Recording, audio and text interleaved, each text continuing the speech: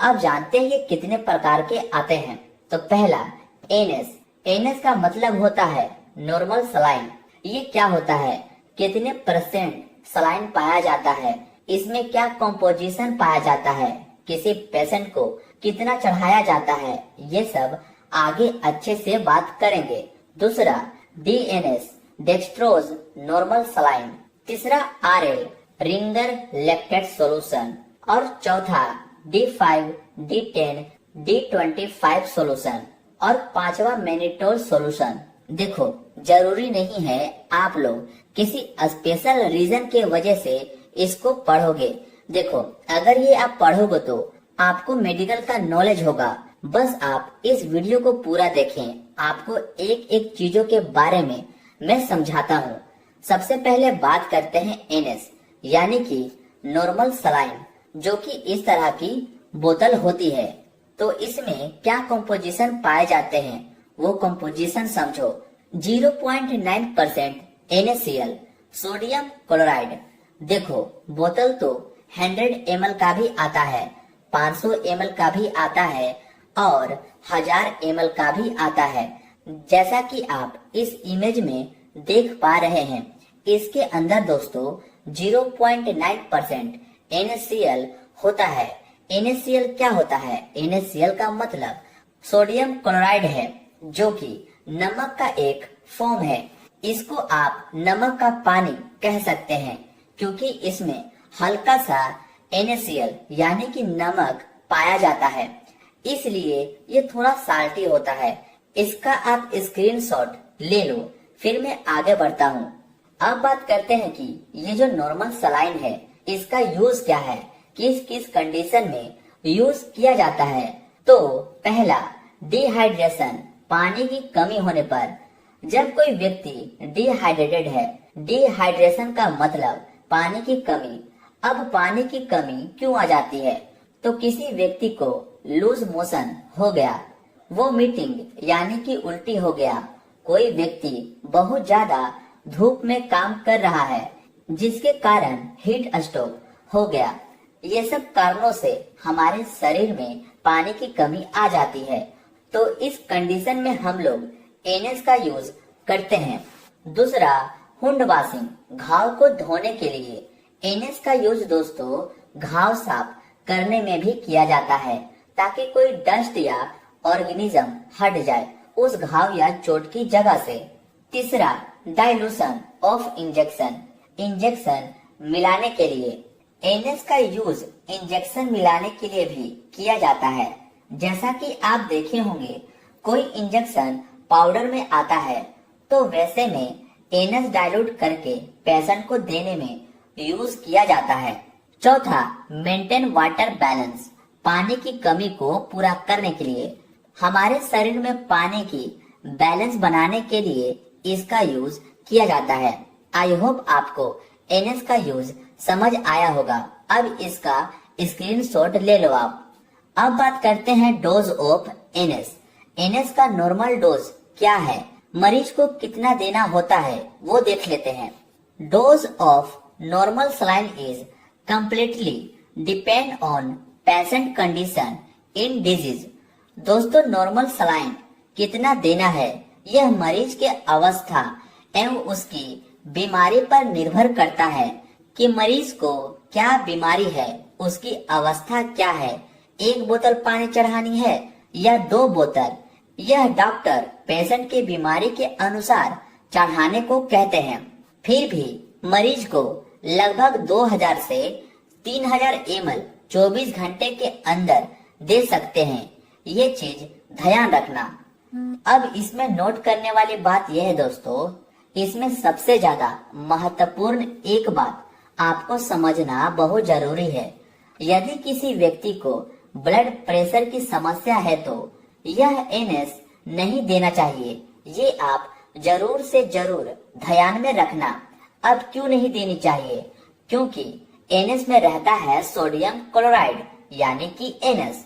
अगर इसको किसी हाई ब्लड प्रेशर वाले व्यक्ति को चढ़ा देंगे तो सोडियम क्लोराइड के कारण उसका बीपी और बढ़ जाएगा। आपने देखा होगा किसी का बीपी लो होता है तो उसे नमक और शक्कर का घोल पिलाने को कहते हैं कि पी ले, बीपी बढ़ जाएगा। और जिसका पहले से बढ़ा है उसे एनएस चढ़ा दिया, यानी कि आप उसे तो नमक का पानी दे ही दिए, इस कारण उसको बीपी और बढ़ जाएगा। इसलिए यह बात आप ध्यान में रखना, हाई ब्लड प्रेशर वालों को एनएस नहीं चढ़ाना है। इसलिए एनएस चढ़ाने से पहले पेशेंट का बीपी चेक कर लेना चाहिए। अब इसका आप स्क्रीनशॉट ले लो, फिर मैं आगे बढ़ता हूँ। नेक्स्ट जो बोतल आती है वो है डीएनएस, डेक्सट्रोज नॉर्मल सलाइन। अब ये डेक्सट्रोज क्या है? तो डेक्सट्रोज एक शुगर है, शक्कर होती है। हमने कार्बोहाइड्रेट पढ़ा था, उसमें पढ़ा था हमने ग्लूकोज, फ्रक्टोज, माइल्टोज, लैक्टोज और डेक्सट्रोज। उसी तरह से वहां पर डेक्सट्रोज भी आया था। डेक्सट्रोज जो होती है ये भी एक तरह का कार्बोहाइड्रेट का शुगर होती है। अब इसका कॉम्पोजिशन जान लेते हैं। 0.9% NaCl तो होती है, पर उसके साथ में कुछ एडिशनल चीजें भी होती है जिसे कि डेक्सट्रोज कहते हैं, और वो 5 ग्राम डेक्सट्रोज मिलाया जाता है। 2 तरह की बोतल आती है, 500 ml की और 1000 ml की। ठीक है, ये दोनों तरह की बोतल हम लोग यूज करते हैं और ये मरीज के कंडीशन पर डिपेंड करता है कि किसको कौन सी बोतल चढ़ानी है। बस आपको ध्यान में यह रखना है कि इसका कॉम्पोजिशन डेक्सट्रोज होता है। अब आप इसका भी स्क्रीनशॉट ले लें, फिर मैं यूज ऑफ डीएनएस का बात करूंगा। अब बात करते हैं use of DNS. Dextrose normal saline का यूज क्या है, आप इसको कहां कहां यूज कर सकते हैं। डिहाइड्रेशन, जब हमारे शरीर में पानी की कमी हो जाती है तब यूज कर सकते हैं। हाइपोटेंशन, ब्लड प्रेशर कम होने पर, किसी मरीज का ब्लड प्रेशर कम हो गया है तो उसका हल्का सा बीपी बढ़ाने के लिए डीएनएस चढ़ाया जाता है। ट्रीट इंसुलिन, मतलब इंसुलिन बन ही नहीं रहा हो, किसी पेशेंट के बॉडी में इंसुलिन ना बन पाने के कारण उसको तुरंत डीएनएस दे देंगे। इससे क्या होगा कि उसके शरीर में शुगर जाने से उसका पैंक्रियाज काम करने लगता है, इसलिए इंसुलिन ट्रीट के लिए डीएनएस चढ़ा देंगे। इन एक्सीडेंटल कंडीशन, एक्सीडेंट हो जाने पर, यदि किसी व्यक्ति का एक्सीडेंट हो गया है, ब्लड लॉस हो गया है, उसके शरीर से पानी कम हो गई है, शुगर डाउन हो गया है, ब्लड निकलेगा तो जाहिर है सब लॉस होगा। उस कंडीशन में हम लोग मरीज को क्या दे सकते हैं, तो डीएनएस दे सकते हैं। ये क्लियर हुआ। अब आप इसका स्क्रीनशॉट ले लो। डोज ऑफ डीएनएस, डीएनएस को कितनी मात्रा में देना है। Quantity of dextrose normal saline is depend on patient condition and disease. जैसा कि मैंने बताया दोस्तों, डेक्सट्रोज नॉर्मल सलाइन की मात्रा मरीज की अवस्था और उसकी बीमारी पर निर्भर करती है। फिर भी 24 घंटे में मरीज को 2500 से 3000 ml तक डीएनएस दिया जाता है। अब एक महत्वपूर्ण बात यह याद रखना है कि शुगर के मरीजों को डीएनएस नहीं देना चाहिए। क्यों नहीं देना चाहिए? क्योंकि डीएनएस में ऑलरेडी शुगर की मात्रा पाई जाती है, इसलिए डीएनएस किसी भी डायबिटीज पेशेंट को नहीं चढ़ाना है, ये आप याद रखना। RL, Ringer lactate. अब जानते हैं आरएल में क्या पाया जाता है। Composition, it is mixture of electrolyte in which present sodium chloride, potassium chloride, sodium lactate.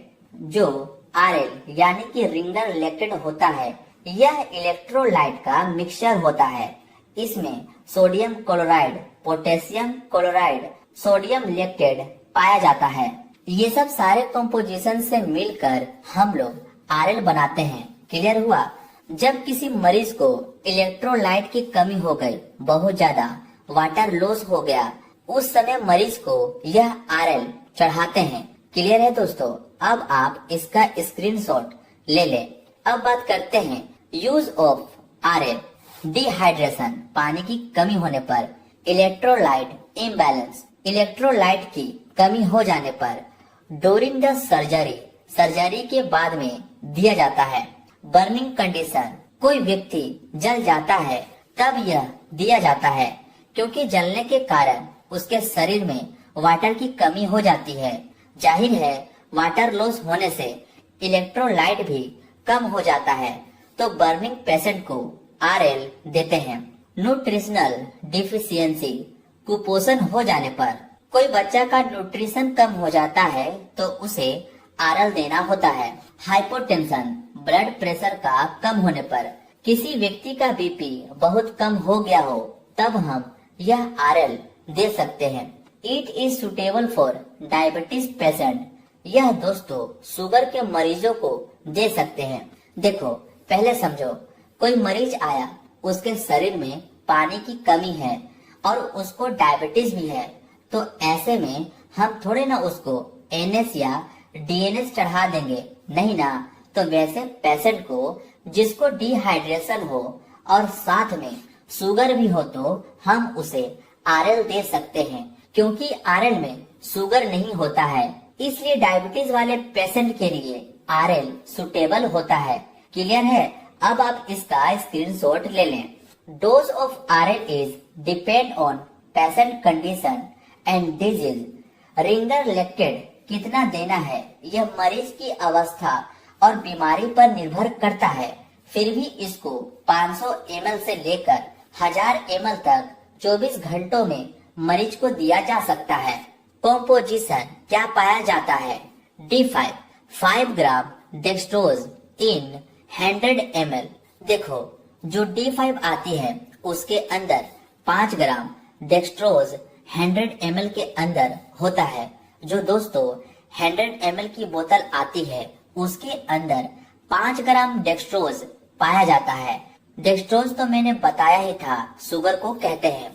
उसी तरह दोस्तों D10 जो आती है उसके अंदर 10 ग्राम डेक्सट्रोज होता है 100 ml की बोतल में। किसी की शुगर बहुत कम है उसे D10 दे दो, किसी की बहुत ज्यादा ही कम है तो उसे D25 दे दे। ये देने से उसका शुगर लेवल तुरंत ऊपर आ जाएगा। ये तीनों बोतल का यूज मरीज के कंडीशन के अनुसार हम लोग देते हैं। क्लियर है दोस्तों? ये जो बोतल में D दिया हुआ है ये डेक्सट्रोज को प्रेजेंट कर रहा है। ठीक है ना दोस्तों? होप सो आप समझ गए होंगे। जल्दी से इसका स्क्रीनशॉट ले लो। अब बात करते हैं यूज कि कहाँ कहाँ होता है। डिहाइड्रेशन, वीकनेस, जब किसी मरीज को बहुत ज्यादा कमजोरी लग रही है तो उसको डेक्सट्रोज की बोतल चढ़ा देते हैं। डाइजीनेस, चक्कर आने पर, जब कोई व्यक्ति को बहुत चक्कर आ रहा है तब D5 दे सकते हैं। पर हाँ ये शुगर के मरीजों को नहीं दी जाती है, इसको आप ध्यान में रखना। ठीक है? अब बात करते हैं डोज। तो दोस्तों 24 घंटों में 2000 से 3000 ml मरीज को दिया जा सकता है। अब आप इसका भी स्क्रीनशॉट ले लें। अब बढ़ते हैं आगे। अब आती है ये मैनिटोल सॉल्यूशन। इस तरह की आपकी बोतल आती है जैसा कि आप देख रहे हैं। मैनिटोल सॉल्यूशन बहुत इम्पोर्टेंट है तो इसको ध्यान से समझना आप। This is the type of diuretic solution.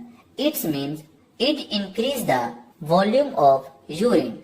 Diuretic का मतलब यूरिन की मात्रा बढ़ जाना। ऐसे में व्यक्ति को पेशाब बार बार आती है। यदि किसी व्यक्ति के शरीर में पानी की मात्रा बहुत ज्यादा बढ़ गई है तो उस पानी को कहां से निकालेंगे?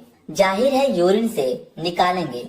तो ये डायूरेटिक सॉल्यूशन चढ़ा दो मरीज को, तो वह इतनी यूरिन करेगा कि उसके शरीर से पानी की कमी हो जाएगी। समझे? तो इस मैनिटोल सॉल्यूशन का यही यूज है। यह 100 ml पानी में 20 ग्राम मैनिटोल पाया जाता है। अब आप समझ गए होंगे कि ये मैनिटोल डायूरेटिक में यूज करते हैं। किसी व्यक्ति को यूरिन कम आती है, उसके शरीर से पानी सही से निकल नहीं पा रहा है, तब ये डायूरेटिक मैनिटोल मरीज को देते हैं ताकि पेशाब के जरिए एक्स्ट्रा पानी बाहर निकल जाए।